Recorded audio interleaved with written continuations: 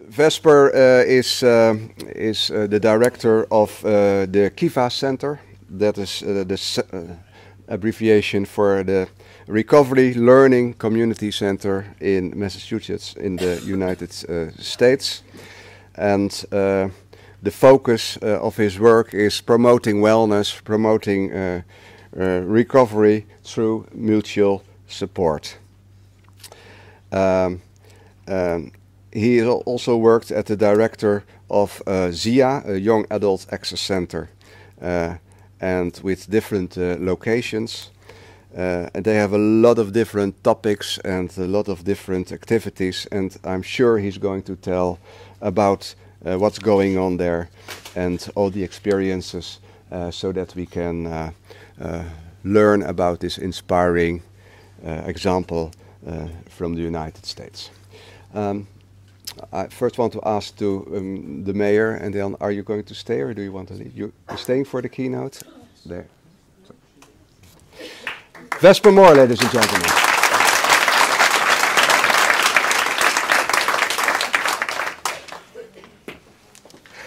Hi everyone. So I am Vesper Moore. I'm coming in from the United States. Worcester, Massachusetts is how we pronounce it, even though it's spelled Worcester.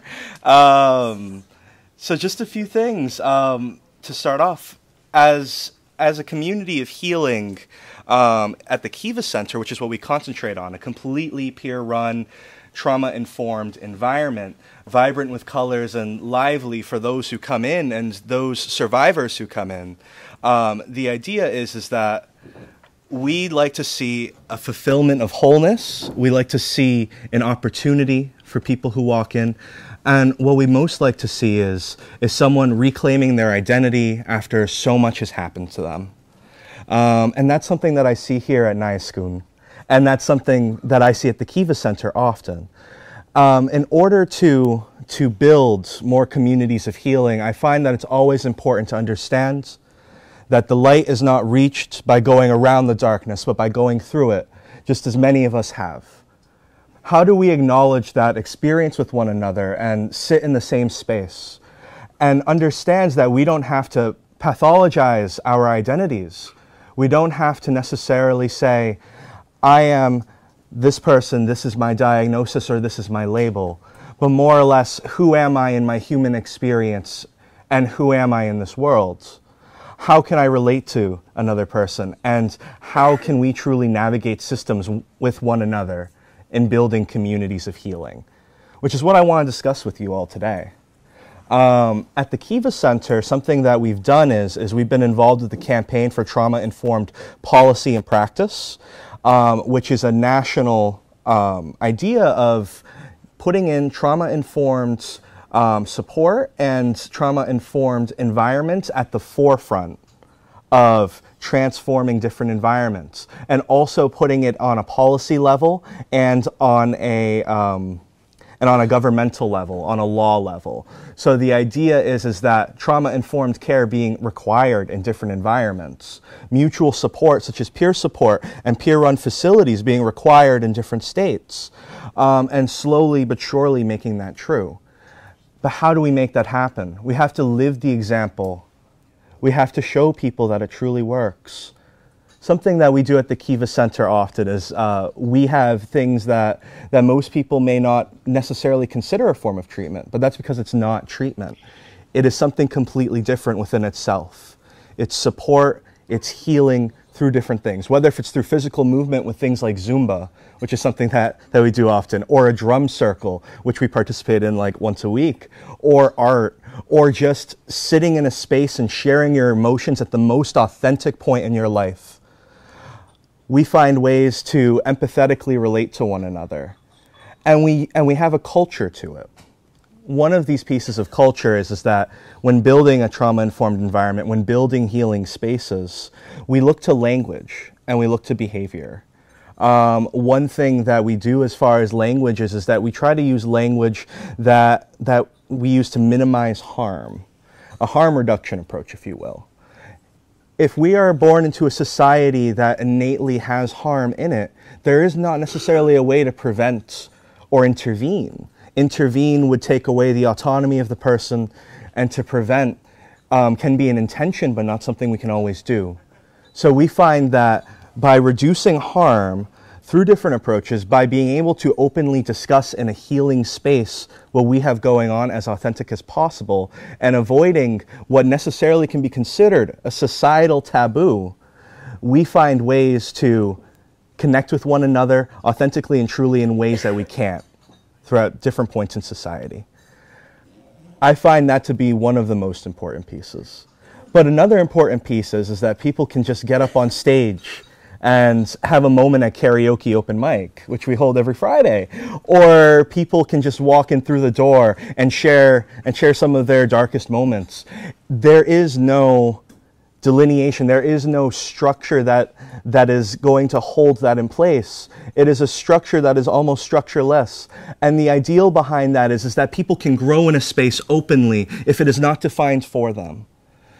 I find that in the ideal of building healing communities, and when I see this lovely space here at Niascoon, that we can and will continue to build these ideals internationally.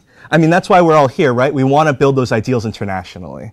Can I hear it from everyone? Yeah. We want to build those ideals internationally. That's the thing. And I'm thinking of it from more of like a system survivor standpoint. That's what we think of at the Kiva Center. We are survivors, whether if it's of, something psychiatric or substance use or different pieces like that. Often this is referred to as peer support, and often we think of recovery. And I find that those ideals are very important for people who come in to our community. Simultaneously, I find that there's so much pressure from systems on the person to recover, when often there's so much that happens to them because of the systems that are structurally in place. So when we think of, for example, a recovery story, how can we share our story authentically and truly without perpetuating shame and blame within ourselves? There's a piece to own and there's a piece to reclaim, but I think simultaneously while reclaiming, what are we doing to really address what needs to be transformed? Now, building communities of healing, that's a part of transforming it, and I'd love to see that be an international movement. That's truly the ideal. Simultaneously, I think individually it's important to understand and gain different perspectives, share culture, and have intersectional conversations. What does it mean to have an intersectional conversation? One of the key ideals behind that is regardless of where you are in the world or what experiences you have or what lens you have survived, how can you share that with one another? How can you connect on an empathetic level in places where you feel like you may not be able to empathize with? What can we do to better build communities of healing? I think one way is often thinking of when we put shame on ourselves, what has happened to us rather than what is wrong with us, I think is the better question. But I think beyond that, what are we doing, in our own lives, and what are we doing as far as systems are concerned to truly create inclusivity, to truly create spaces for diversity, to truly be communities and human beings of this planet? What are we grounded in? Now, I was talking a little bit about trauma-informed language and approach earlier. And one thing that I've always found very important about that is how do we use human experience language in our everyday lives? So human experience language is when you take a person-first approach and you would use a trauma-informed approach secondarily. And the trauma-informed approach piece is something that is not a presumptuous or an assuming type of language. So, for example, if you would use a diagnosis, you would say, for example, Vesper the schizophrenic, that would be a term that we wouldn't use because it kind of falls into what is wrong with me. But the more is what has happened to me is Vesper is experiencing hearing voices, more of a trauma-informed approach. And that's one of many ways of how we think about it. I think another way is by having open spaces. I think another way is by creating spaces where we can be grounded in learning from one another. And I think also in spaces that aren't about shame, but about awareness. I think that that's a very important piece. As we gain awareness, often we internalize shame through the learning process. How can we understand it's about awareness and almost create an intention of peace for oneself? And I know that peace doesn't always feel obtainable, but how do we intend that for ourselves? I think that that's an important thing, both in communities and on an individual level. I think both on our own and together we can build communities of healing.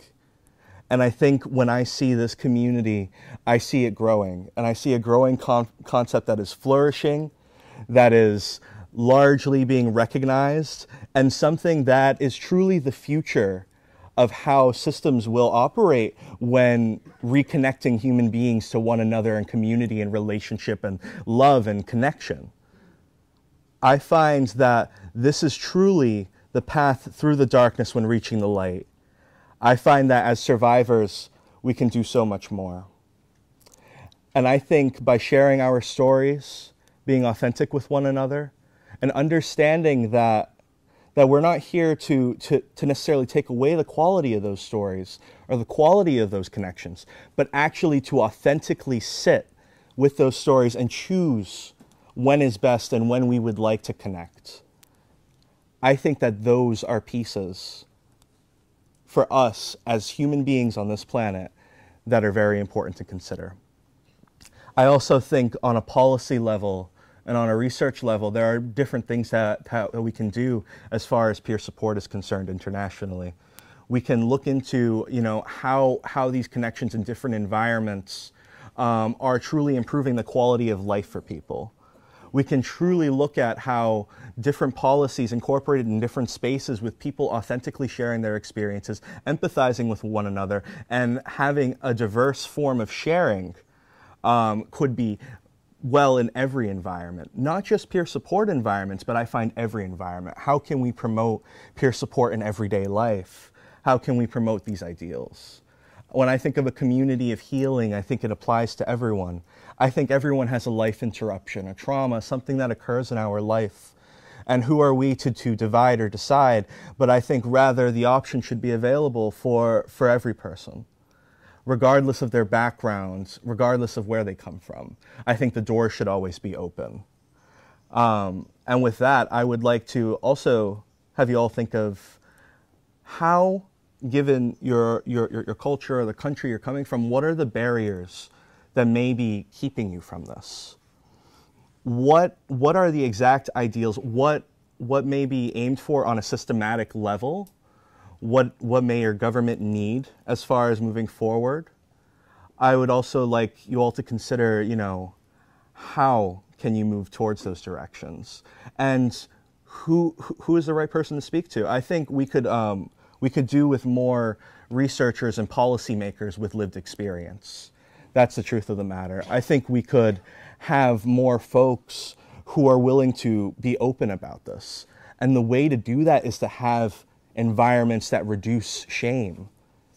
Because in so many different systems, in an academic system, in a criminal justice system, in a mental health system, in a substance use recovery system, there's often shame.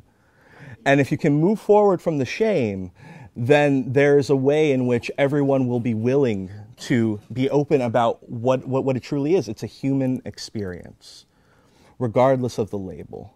Whether if it's a diagnosis, whether if it's something you've been called most of your life, whether if it's a cultural aspect, positive or negative. You choose how you define yourself and how your community would like to define yourself. How do we collectively, as a collective consciousness of people, connect with one another and find a way to move forward? I think one of the ways is by continuing the conversation. And I'm hoping that this keynote and this conference will be the first of many conversations. I'm hoping that when we think about building intentional environments, when we build intentional communities, when we find ways as survivors and as people alike, that we will find ways to reclaim and find what is truly ours and what is human connection and what that means for all of us. Thank you.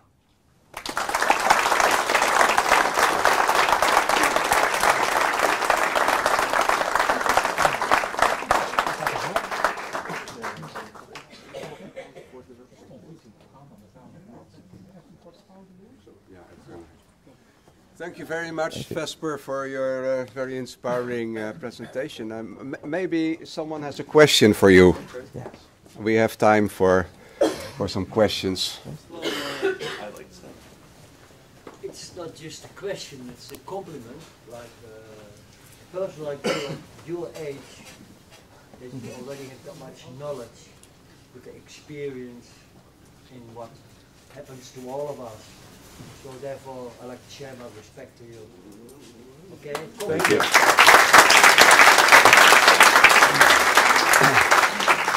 Any other questions? Maybe you should use the microphone, because I forgot to tell you that this whole conference is video streamed live. Yeah. So I would also I forgot to welcome the rest of the world, because they are they are sharing together with us. But then we should use the microphones for the live stream. We do it. Is it okay like this? Oh no, I'm not supposed to touch this. I have a question, just for clarification, because you were speaking about trauma-informed practice, and I think this is not so well known here in Europe. So can you explain a little bit more what it is? Absolutely. So no, it doesn't work like this. So I think when it comes to trauma-informed environments and trauma-informed practices as a whole, the ideal is that, for example, you create intentional spaces around the possibility that people are trauma survivors. So when we define trauma, not thinking of it necessarily as physical injury, but thinking of things that can interrupt someone's life and impact someone's life, and what that may be defined as for them. So one example that I do use is with survivors of sexual assault. If you were perceived as a male and you're working with someone and you're talking to them in that space, or you're just connecting with them in that space, that often we're not sure who may be a survivor of that. So if you're standing in front of a doorway, blocking the doorway, you may be perceived as a threat. So what type of things can you do in your behavior that would be differently? I generally put my back against the wall, and I try to be mindful of that, and I keep the doorways and the space open. So that way there's no one behind me, but rather I'm facing the person, but I'm not blocking their way through in any space. That creates a sense of safety and intentionality towards safety, even when safety isn't always obtainable. Another thing too is language. So intentionally thinking of language and how someone may feel about a label, and how someone may feel about the way in which the language is being used. So for example, when I was saying, oh, this person who is schizophrenic versus was diagnosed with schizophrenia or is hearing voices, that separation is to take away from the assumption. That's the idea. So those are two examples of trauma-informed practices. Okay. Yeah. Thank you. Thank you. There, question. I don't know. I come closer. Yeah, Vesper, you do a great job, I imagine. So, how are you reaching the level of connecting all layers of society of Massachusetts? That's a good question. Okay, good. Yes. So I think one of many ways. By the way, what was your name? Rankov. Okay. I just wanted to know while I answered your question. So one of many ways is that we often think about what are some of the barriers in connection. One of the main pieces is culture. So, but I also would encourage people to broaden the definition of culture.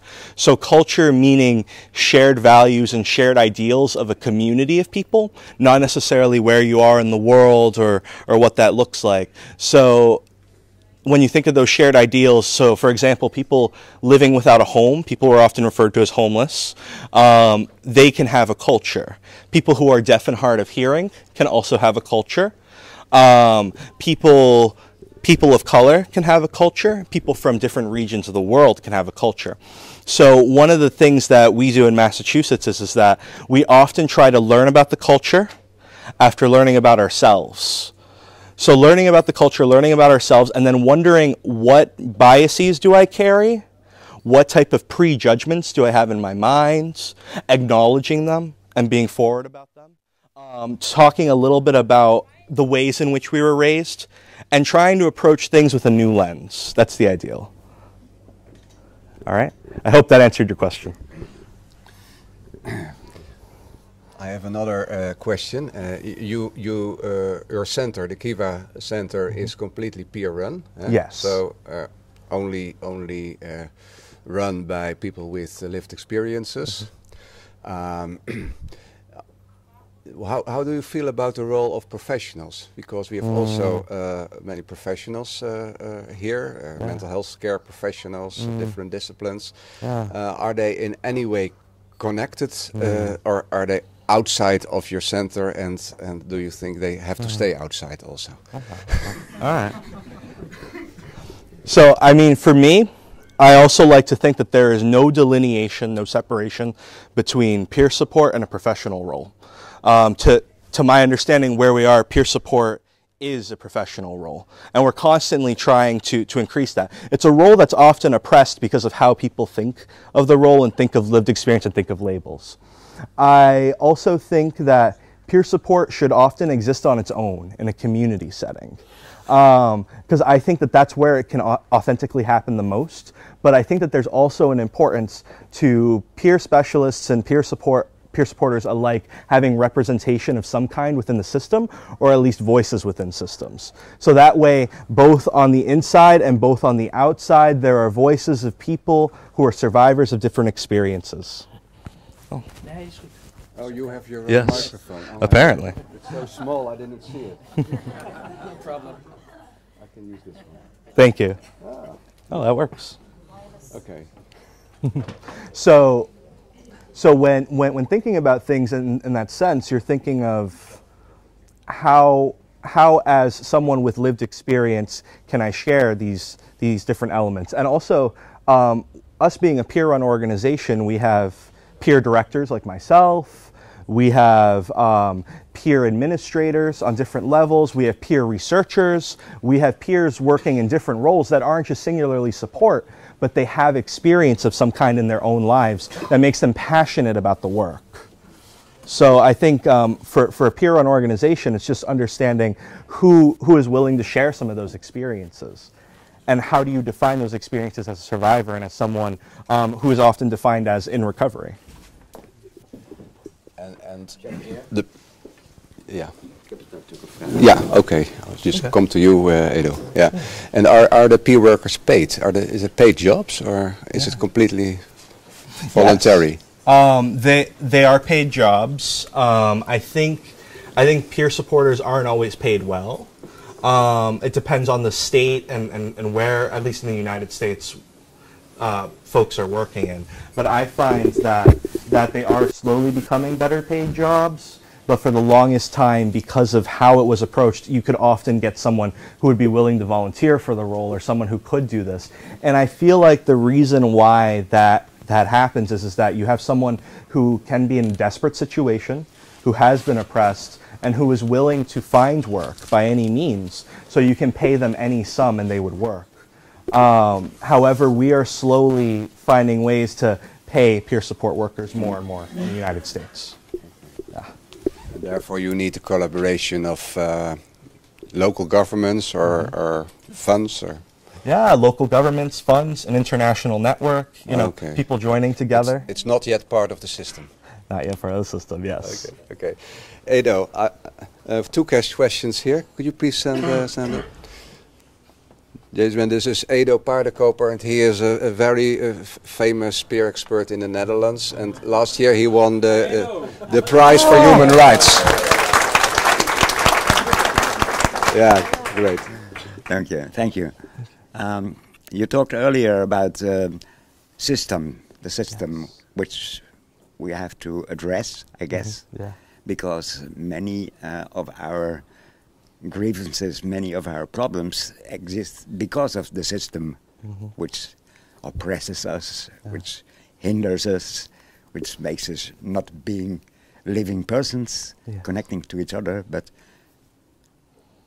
how do you address the political aspect of what we do together? That's a very and still stay where you are as a human being?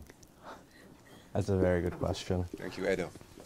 I think sometimes it's also understanding that bureaucracy cannot always be met with the same empathy. That often there is a separation, and that does take a toll on us as a community. But I also think it's what generally keeps me going when I go into these different environments. For example, I did some work with the Substance Abuse Mental Health Services Administration, and I'm doing some work with the White House later on in the summer around policies with children and trauma. So some of the things that I do when working in those environments is I always think of, although this isn't an ideal experience, and although I feel like I almost don't recognize myself in doing this, that it's a necessity. And that what level of care am I taking, and how long am I being exposed to that environment and those ideals, and how much of it am I internalizing? So I talk to myself about that generally, and I work it out. And I try to have minimal exposure to it, but I also understand that's a necessity. So, and then that there's not enough people in our communities who are always able to do this. But how does the intentional peer support that? Yeah, how does intentional peer support that? Yeah. So I think... To question the system, you know? Yeah. Be active. So we have a statement that's referred to as in but not of the system. Yeah.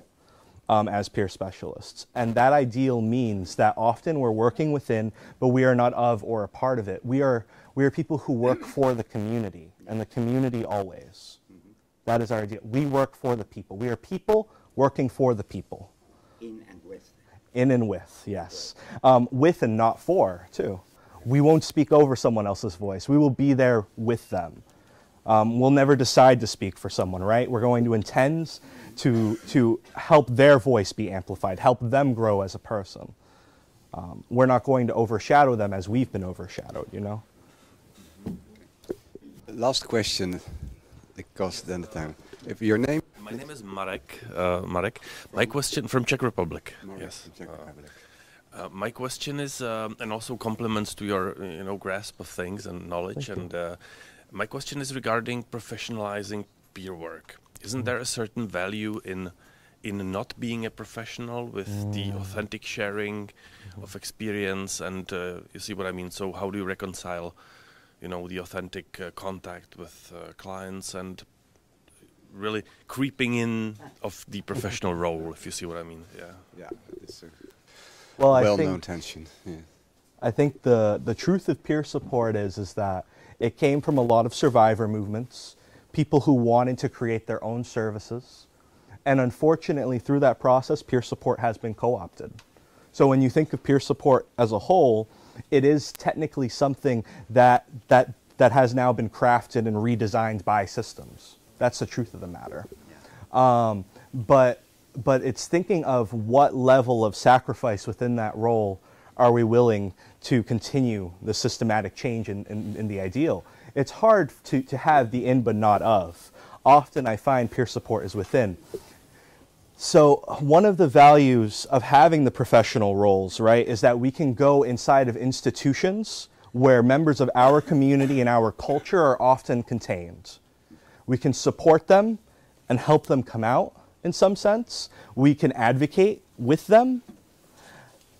But I find often that within that role, often peer support ends up being thought of as another role, as a replacement for a case manager, or as a replacement for a social worker, or someone who is simply there that is basically the is basically a patient of the facility as well. And I feel like that is often the perception of most systems or institutions. So I find that's one of the challenges of the role. But simultaneously, I think that there's something essential to peer specialists going within these systems. and then when going within these systems, representing the community well, representing the profession well, representing this form of human connection well. But I think while simultaneously doing that, that there's almost a watering down of the human connection. So it's this difficult balance, but it's possible. We can balance it. I think it's important to have advocacy outside of the system and within. Both sides. Yes. Okay, I think we are closing this session now. You're mentioning that you're working with the White House, and I hope that your inspiring examples and that the peer specialists will really help Donald Trump to make White House and the United States a healing community. I don't think I'm that good at peer support. I'm pretty good, but I'm not that good. So it's the way forward. It's the way forward. Thank you, Pierre. Thank you.